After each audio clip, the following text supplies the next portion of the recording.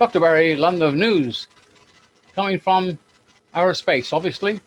If you're going to make a statement, anything to do with politics, you've got to be on another planet, otherwise you'll be taken off the one you live in. So anything I say here could be seen on reasonable grounds to be fiction, as there's aircraft floating around the back. Alan Jones on Sky News, a lot of people don't get the opportunity to see Alan. Well, we got to spread his word because he's about the only journalist that will, well, there's a couple of others, but this guy comes out and says as it is, not scared of the consequences. And it's a beautiful day here in Melbourne. The sun is shining, and yet there's people wearing masks. Now, they're all conditioned by fear. And there's one way of getting out of that fear is to get an ID card. It's plastic. I can make it up for you. Right? It's got a photograph on it, all the details you have, signed at the back. It's plastic, it's official. And it just basically states, I am not a deceased estate at law or a person. I am a living man or I'm a living woman. And I think that's pretty important to have that.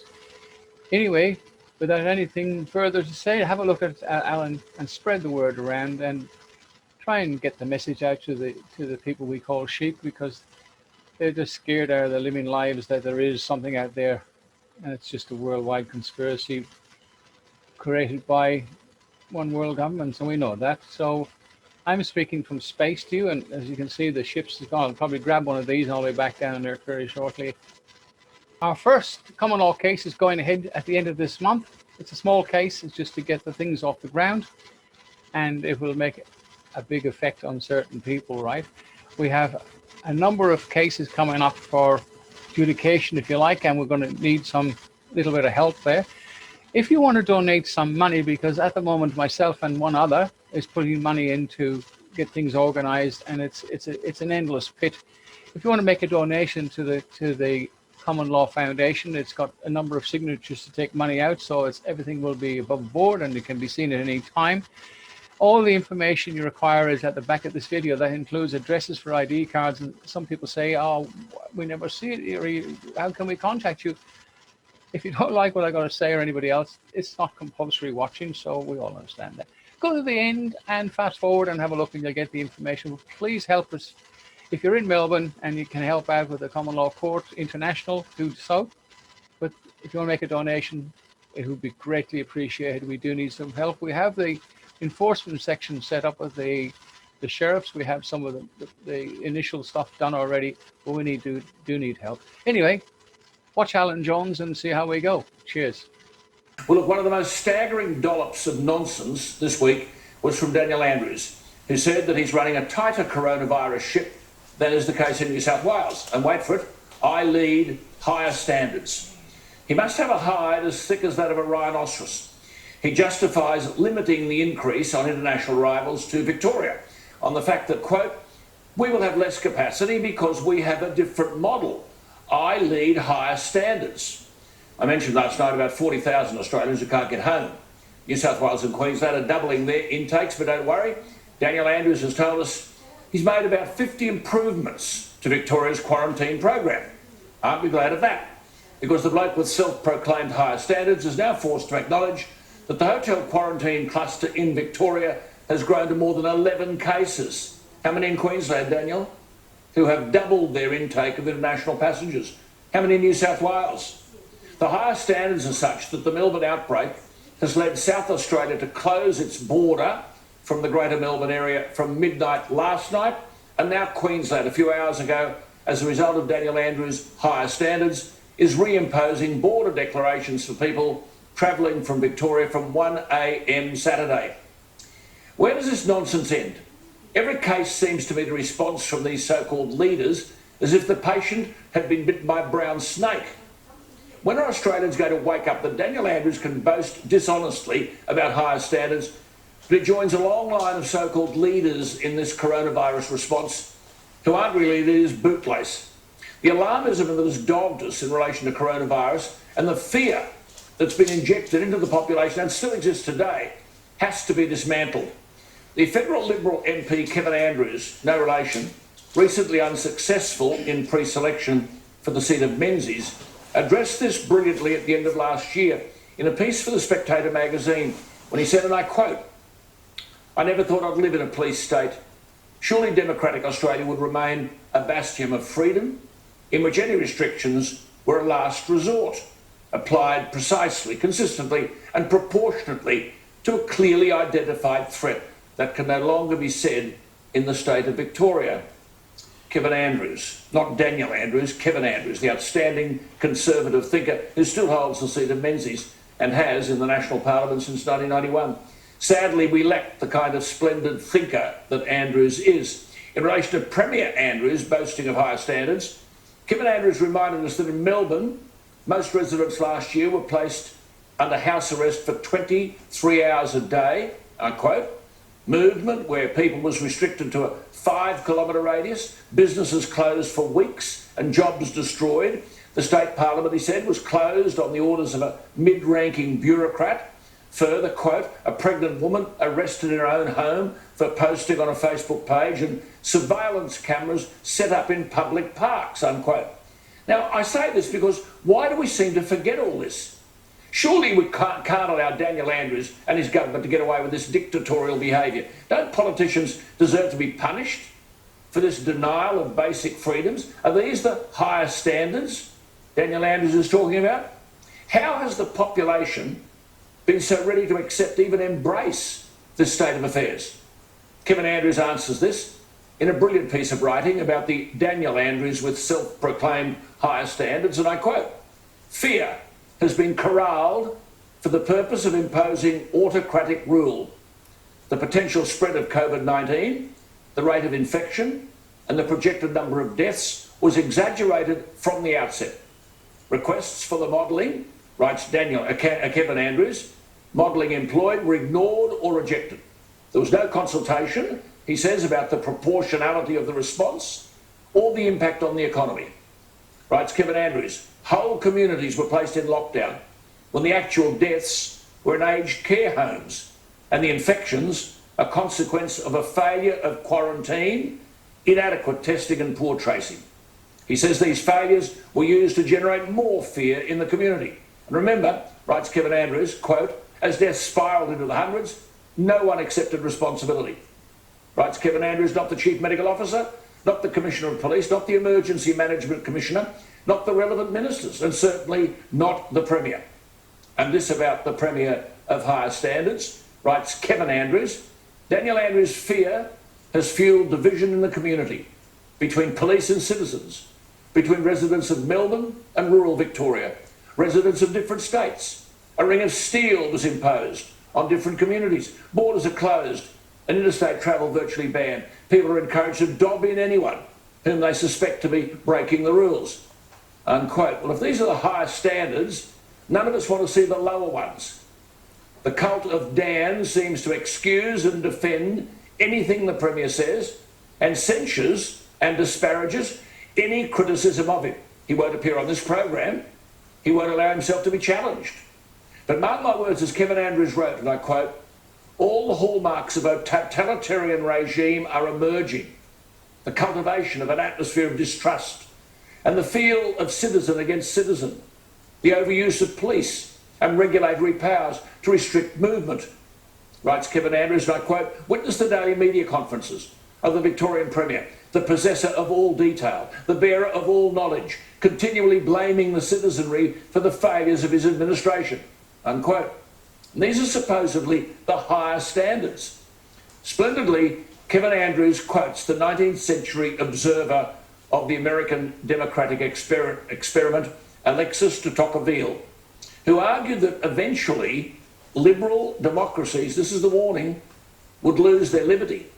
This is where we are today in this country. Listen to de Tocqueville, and I quote, "Society will develop a new kind of servitude, which covers the surface of society with a network of complicated rules through which the most original minds and the most energetic characters cannot penetrate. It does not tyrannise, but it compresses, innovates, extinguishes and stupefies a people till each nation is reduced to nothing better than a flock of timid and industrial animals of which the government is the shepherd." Unquote. Of Premier Andrews with self-proclaimed higher standards, Kevin Andrews wrote, The vital associations that underpin democratic society have been smothered. Gatherings, including religious services, even with appropriate social distancing, have been banned, unless it's thousands of anarchists and left-wing demonstrators.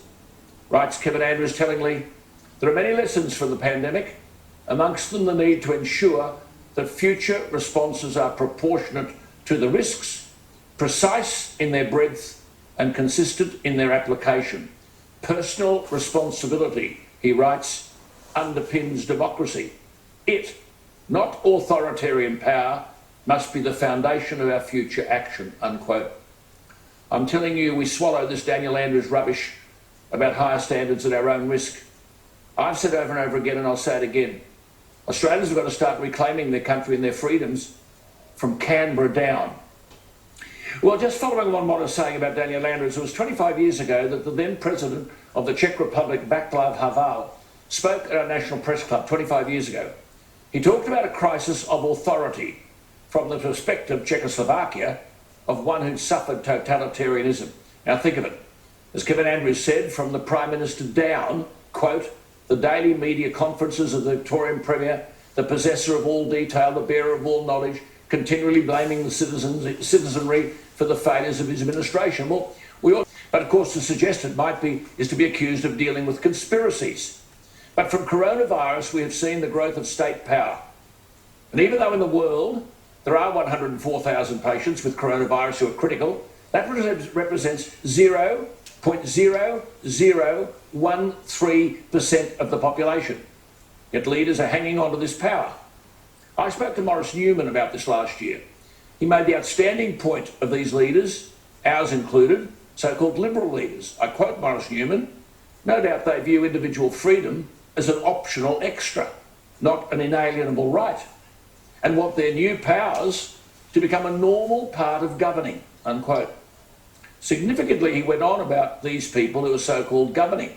Quote, it was their gross incompetence or deliberate intent which gave them the present commanding heights.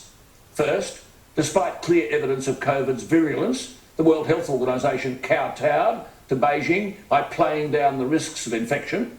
Then when the spread threatened the capacity of global medical resources, health authorities modelled catastrophic scenarios to frighten citizens into submission and to justify enforceable draconian lockdowns imposed without regard for basic rights or economic cost.